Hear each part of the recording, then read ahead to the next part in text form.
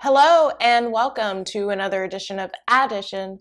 I'm your host, Addy Adewusi. I'm a product manager at Microsoft, a mathematician, a futurist, a tech optimist, artist, and creator. And I'm here every day, Monday through Friday, bringing you the news, the hot topics in tech, an update on the markets, and let you know what I'm geeked out about this week, as well as career advice. Okay, so before I get into today's episode, if you're watching on YouTube, go ahead and press the like button. If you are listening on the podcast player, go ahead and subscribe or follow and leave a 5-star review. You can follow me on social media at Addition with Addy on Instagram and TikTok, at Addition Pod on Twitter, and that is all. My email is additionpod@gmail.com. If I forgot anything, I have everything in the detailed show notes of this episode. Okay, so let's get into the markets. So we've seen a little bit of recovery today. So Bitcoin is at 22,268 and it's down 26.55% in the past 7 days. Ethereum is at $1,226 and it's down 31.89%. So a little bit of improvement compared to yesterday, but still down, significantly down. The S&P 500 is down 7.92% in the past 5 days, and the NASDAQ is down 8.17% in the past 5 days. So again, a little bit better than yesterday, but still significantly down. I will leave in the show notes the episodes that I've talked about, investing best practices and information for a financial advisor. Moving on to the hot topics. Okay, so the first one, and I really did not want to talk about this, but I said, if I am manifesting being the Oprah of Web3, I cannot not address this issue. So Kraken is a crypto fund, and they have announced a global hiring push and a commitment to crypto-first culture. So that's the title of their blog post, but I will read you the tweet that is #1 on Tech Meme right now. And this is from Molly White, and she is the person behind Web3 is Going Great. The New York Times recently did an article on her. I will link to in the show notes the episode where I discussed her New York Times piece. So the tweet is, Kraken, a US-based crypto exchange, has announced they'll be continuing to hire and have announced a culture overhaul that promotes, in quotes, diversity of thought over, in quotes, stereotypical team diversity measurements, and prohibits describing another's words as racist or X-phobic, meaning homophobic or xenophobic. So I read her tweet thread, and it is an excellent breakdown of the blog post as well as Kraken's culture, and it reminds me a lot of Brian Armstrong, the CEO of Coinbase's, his article about how, Coinbase is not going to have a culture where political or social issues are discussed. They're just going to stay mission focused on Coinbase and crypto. Where the way I see it different with Kraken is that they explicitly call out that you they want diversity of thought, but you cannot call someone racist or something phobic. So is that diversity of thought? It sounds like they have a lot of diversity of thought now, and they actually want to get rid of some of that diversity of thought, specifically the ones involving race. Let's be clear here. They're calling that out specifically.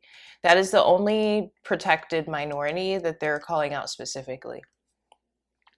So, as a Black person that works in tech, I read this as, if you work at this company as a Black person, it is because we thought you were the best candidate, but we are not going to make this a safe or comfortable space for you. So as a Black person that works in tech, why would I want to work there? That doesn't make any sense to me. So good luck. Brian Armstrong announced that culture for Coinbase, and Coinbase is struggling big time. So I don't see this as helping Kraken. They probably are overestimating how many racists there are out there. I don't, even though people may be biased and have prejudice, I don't know how many people would want to be associated with that company, especially right now during the crypto downturn. Maybe they're trying to recruit ex Coinbase employees, but Coinbase employees may have stayed at Coinbase just because it was a good company to be in at the time, because the stock was going up, not necessarily because they agreed with the CEO and the company culture. So we'll see. We'll see what happens there. But yeah, terrible look for Kraken. Okay, moving on. There's a crypto fund called 3 Arrows Capital, which faces a potential insolvency after lender liquidation. And this is from the block.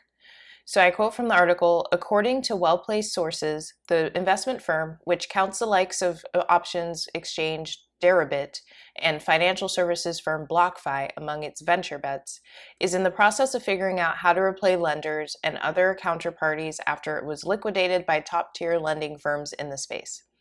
Sources declined to say the names of those firms on the record for fear of reprisal, but 3 people said the liquidation totaled at least $400 million. They added that the firm has maintained limited contact with his counterparty since being liquidated, end quote. So they're implying here that 3 Arrows Capital may not be able to meet their debt obligations. So I wasn't going to announce this because I only like to announce news, not speculation, but there is a piece of news here. 3 Arrows Capital was liquidated an amount of $400 million. What that means for the crypto market or the crypto industry or other crypto funds, I don't know. But based on what I've been reading, pundits are saying there's going to be this domino effect. Like first it was Luna, and then Luna broke Celsius, and now Celsius is going to break 3 Arrows Capital. I don't think things are that linear and straightforward. Yes, we are in a significant crypto crash. Yes, could we possibly crash more? Sure. But we are not going to know. And that's the great thing about crypto versus the stock market. The price is marked every day, whereas the stock market is only operating between 9:30 and 4:30 Eastern, and only on weekdays. So crypto is constantly getting its price checked. So even with this news, crypto is up from yesterday. So no impact yet. So if you're freaking out about this, I would just calm down a little bit. Okay, so next, this is from The Verge. Facebook plans, quote, discovery engine feed change to compete with TikTok. So I quote from the article, in an internal memo from late April obtained by The Verge, the Meta executive in charge of Facebook, Tom Allison, spelled out the plan. Rather than prioritize posts from accounts people follow, Facebook's main feed will, like TikTok, start heavily recommending posts regardless of where they come up. And years after Messenger and Facebook split up as separate apps, the two will be brought back together, mimicking TikTok's messaging functionality.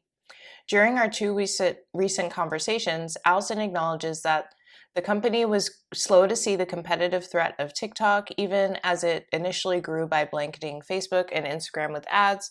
But now Meta sees this video app as increasingly encroaching on its home turf of social networking, with Allison pointing to the increasing prominence of private messaging in TikTok and the introduction of a dedicated tab for viewing videos from friends. I think the thing we probably didn't fully embrace or see is how social this format could be, he says, end quote. So the Allison I was quoting in the article is Tom Allison, and he is the Meta executive in charge of Facebook. So I was excited to talk about this article because I've been on TikTok a lot. I would say not in the past like week or so, but the past month in general, I've been on TikTok probably more than I ever have been. Of course, when I got COVID and I was in lockdown. So I've seen TikTok evolve from and adding the following tab. And the more time I spend on TikTok and there are people that I know to follow, I spend more time on the following tab because I want to catch up with them. And I could see how Facebook could be threatened by this because a lot of reasons why people have Facebook is to catch up with friends. And I left Facebook last August. I completely deleted my account, and I'm somehow rediscovering some people on TikTok, and now I'm able to follow them via TikTok in a much more entertaining way of following them than seeing, graduation posts and wedding announcements. So TikTok or Facebook should be threatened by TikTok, and I see Facebook basically replicating TikTok. There will probably be a feed that is the best of Facebook, and then a feed that's just your friends. But young people are not going to get on Facebook. So this is basically squeezing out the audience they have, which is in the US is largely older and global, really. It's a global audience for Facebook. It's a very different company. They're kind of losing the US market, and they're going to be focused on being a global company. I think this can work, but I feel like Facebook is continuing to lose its cachet, and it's not necessarily the most exciting place to work anymore. Instagram is, on the downswing. They have WhatsApp, but I don't know how they're monetizing WhatsApp, so we'll see. Okay, and an announcement that Spotify is slowing hiring by 25% from the CEO. This is from CNBC. I quote, from the article, Spotify is slowing hiring by 25%. CEO Daniel Ek said in an email to employees on Wednesday. It is the latest signal that companies across tech, many of which grew significantly over the early age of the pandemic, are cutting back on staff growth as economic uncertainty looms. So, no layoffs yet, but Spotify is slowing its hiring by 25%. Okay, so career segment today, quickly check in with your network. In this market with these layoffs, make sure your connections are strong. And if you don't have any, continue to make some. I will link in the show notes previous episodes that I've done on mentorship and sponsors and networking. And what am I geeked out about this week? Just a quick announcement. Microsoft is retiring Internet Explorer and redirecting users to Edge. RIP Internet Explorer. This is what I'm geeked out about this week because it took me back to the first time I used a computer. It was a Compaq. It was on Windows Millennium Edition. And I was mainly spending my time in Paint and AOL. And it's kind of cool to work for that company today. And so Edge is a great browser. I use it for work, and I love it. It's basically just like Chrome, but in my opinion, better. And that's not just because I work for Microsoft. It's just that Chrome, there are a lot of features that it has that I'm not necessarily using, and it's kind of clunky, whereas Edge is a lot more streamlined. So that is what I'm geeked out about this week. I will see you all tomorrow. And I know this is coming out later. I had a crazy day today. All right, take care. Bye.